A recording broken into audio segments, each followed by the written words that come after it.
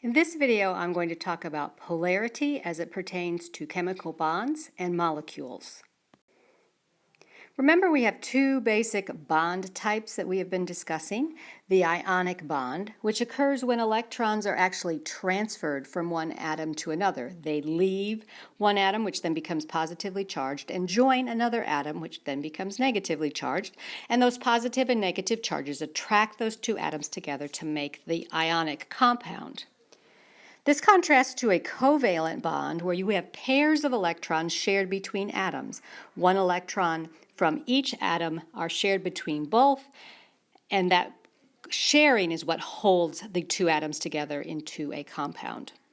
Furthermore, covalent bonds can be divided into nonpolar and polar types.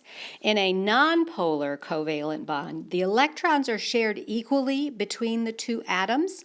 This also is sometimes called a pure covalent or purely covalent bond.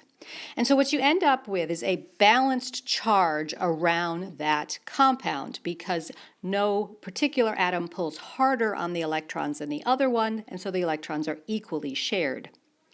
In a polar covalent bond, the electrons are not shared equally, and so you end up with electrons spending more time around one atom than around another, and you have an unbalanced charge where you can have a distinct little bit positive, little bit negative end of the molecule.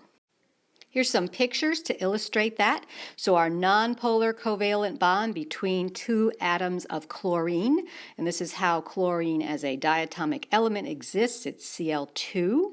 And so the electrons are not pulled more towards one chlorine or the other, and so we have just this equal distribution of electrons all around the compound.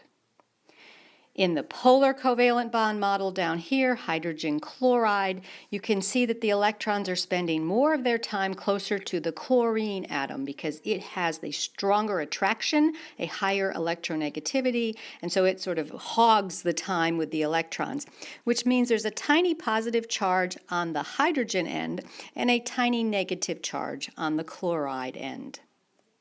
And then the last example, the ionic bond, comparing chlorine and sodium, chlorine is so much stronger than sodium that it actually pulls the electron all the way off the sodium and captures it completely. It's not able to capture it completely when it's over in the hydrogen chloride. The hydrogen still can hang on to it a little bit. So even though we talked about ionic and covalent bonds and compounds originally, looking at is it a metal or a nonmetal, with ionic compounds being formed between metals and nonmetals and covalent compounds being formed between two nonmetals. In reality, the type of bond is determined by the differences in electronegativity, or the ability to attract those electrons and pull those electrons to it. And so if you have a small difference in electronegativity, you end up with a nonpolar bond because there's not one atom that pulls more than the other. And if there's a high difference in electronegativity, then the bond is ionic because one atom can completely grab the electron. And then in between, you've got the polar covalent bonds where there's this sharing going on. The electronegativity values for the atoms in the periodic table, or for many of the atoms in the periodic table, have been calculated. And you can see over here our most reactive nonmetals, oxygen and fluorine, have very high electronegativities. They really can attract those electrons. And over here, especially in our group 1 metals, you've got low electronegativity. So they give up their electrons very easily. It doesn't take much to get those electrons away from those particular atoms. So how do bonds and, whether they're polar or nonpolar, how does that affect the molecule? Well, if you have a nonpolar bond existing between atoms, then you have a nonpolar molecule because neither atom attracts electrons more than the other. So our example here now, I have another diatomic molecule. We have oxygen, O2, and again, neither atom pulls harder on the electrons, and so that nonpolar bond makes a nonpolar molecule. But if you have a polar bond, they don't necessarily make a polar molecule, because if the polar bonds are arranged in a symmetrical shape around the central, or the atoms are arranged in a symmetrical shape around that central atom, and all of the atoms on the outside, or the terminal position, are the same, you can have a nonpolar molecule. So this example over here of carbon dioxide, You can see our terminal atoms are both oxygen, so they're the same. It's symmetrical. We could divide through our central atom and the two sides are exactly the same. The electrons are being pulled towards the oxygen, but they're being pulled they're pulled in opposite directions. They kind of cancel each other out. The whole outside of this compound would be a negative charge, and so it is a nonpolar molecule, even though these bonds here between the carbon and the hydrogen are definitely polar. The electrons are definitely being pulled away from the carbon and towards the oxygen. Polar bonds also can create polar molecules if the opposite is true, if the shape is not symmetrical, or if the outside atoms are not the same. And the result is that one end of the molecule is slightly positive and the other one is slightly negative as the atoms are pulled more towards one atom. And so water is a classic example of a polar molecule made from polar bonds. We have a polar bond here between the oxygen and the hydrogen. The electrons are being pulled towards the hydrogen. And this is not a symmetrical molecule, even though it looks like it could be. Remember, we have two sets of lone pairs over here in the oxygen, and this is really a tetrahedral shape, which is extremely hard to draw on a two-dimensional but that would allow all four electron domains to be equidistant from each other, and so it could not be divided in half. It is not a symmetrical molecule. We use this little Greek letter. This is the small delta letter as the indicator of these partial charges. It's not a full enough movement of electron to make a bond, but it is enough to charge the molecule slightly positive in the hydrogen end, slightly negative in the oxygen end.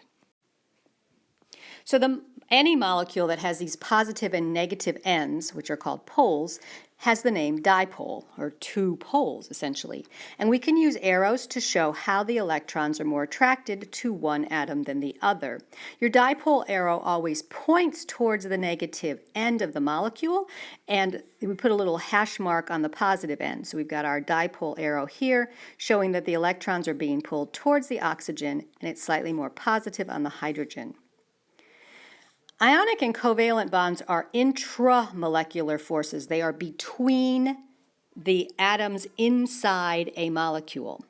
And the intramolecular forces, these bonds, typically are what is most important in determining the physical properties and the physical state, whether it's a solid, liquid, or gas, of any compound.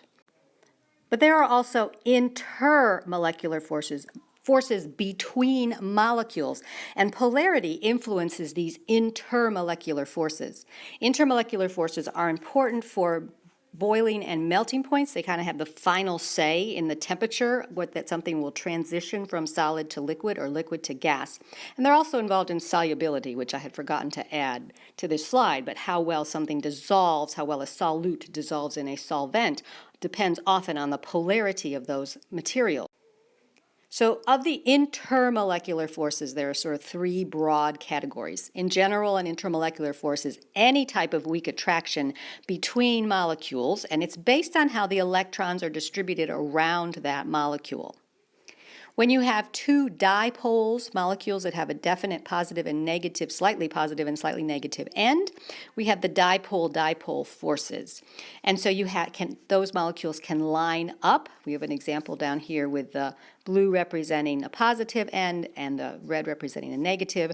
So we have a positive end and a negative end and another positive end, another negative end. And so they'll just be opposite charges will attract. And because those are polar molecules, they will be attracted to each other. You also see this happening between an ion and a molecule. Ions, of course, have got a pretty strong charge because they've lost or gained an electron. Then in nonpolar molecules, there can be something occurring that's called dispersion forces. And this is when, it also happens in polar, when you have a temporarily, there's a small charge that fleetingly occurs because electrons are not static. They're not standing still. They are moving around the nucleus of the atom. They're not always all around the atom, all at the same time. They're over on the left side, and the right side can then be slightly positive because the electron isn't there anymore. And so this temporary charge can also have allow for some weak attraction between molecules. And this can happen with nonpolar as well as polar molecules. But really the strongest type of intermolecular forces are hydrogen bonds. And they are a dipole-dipole interaction. They occur when hydrogen bonds to oxygen, nitrogen, or fluorine, because those are all highly electronegative atoms, and so those three elements will really drag the hydrogen's electron to the other atom. These hydrogen bonds are very important in our world. It is what gives water its unique properties. Water has a high level of cohesion. Water molecules like to stick to each other, and that allows capillary action to occur. That's why water creeps up your paper towel so well. It's why water can go up to the top of a 200-foot tree. There's no pumps moving that water. It's all because the water molecules stick to each other and are dragged up the tree. Water is also less dense when it is solid because of hydrogen bonding, because as the water cools down and forms the solid, you have an open crystal structure that sort of forms as these water molecules, these polar molecules kind of line up in a hexagonal fashion. And water also has a high boiling point for being such a small molecule, which means that it's liquid at room temperature, which of course is extremely important for life. Hydrogen bonds are also important in several biological processes. For example, DNA is held together by hydrogen bonds. And so the A, T, C, G, the nitrogenous bases that make up your DNA molecule, you can see that a hydrogen bond is what holds those molecules together in the double helix that we're so familiar as the DNA form. The hydrogen bonds are not as strong as a chemical bond, but it is strong enough to hold your DNA together. This flow chart shows you how you can think about, is this going to be a polar or a nonpolar molecule? First, by looking at the bond. Is it a nonpolar bond? Nonpolar bonds always give you nonpolar molecules. If it's a polar bond, then you have to look at the geometry. What's the shape of the molecule? If it's an asymmetrical shape, polar bonds are going to give you a polar molecule. If it's a symmetrical shape, then you have to go on and look at what are the atoms that are on the outside. If they're all the same element, then you have a nonpolar molecule. If it's made of different elements, say it's carbon with 3 hydrogen and 1 chlorine, that would give you a polar molecule.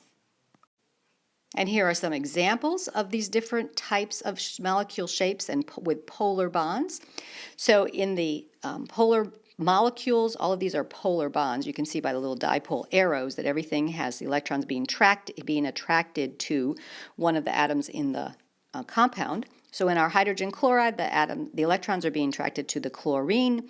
It is a polar bond, and this is not a symmetrical molecule. It does not have all the same atoms on the outside because there's just the 2 of them, so it's a polar molecule. In ammonia here, again, it is not a symmetrical molecule because we have this lone pair. And so it would be a polar molecule. The polar bonds in this carbon with 3 hydrogens and a chlorine, again, chlorine's the more electronegativity. It attracts the electrons more. This is not a symmetrical molecule. It doesn't have all the same atoms on the outside. So these are all examples of polar molecules.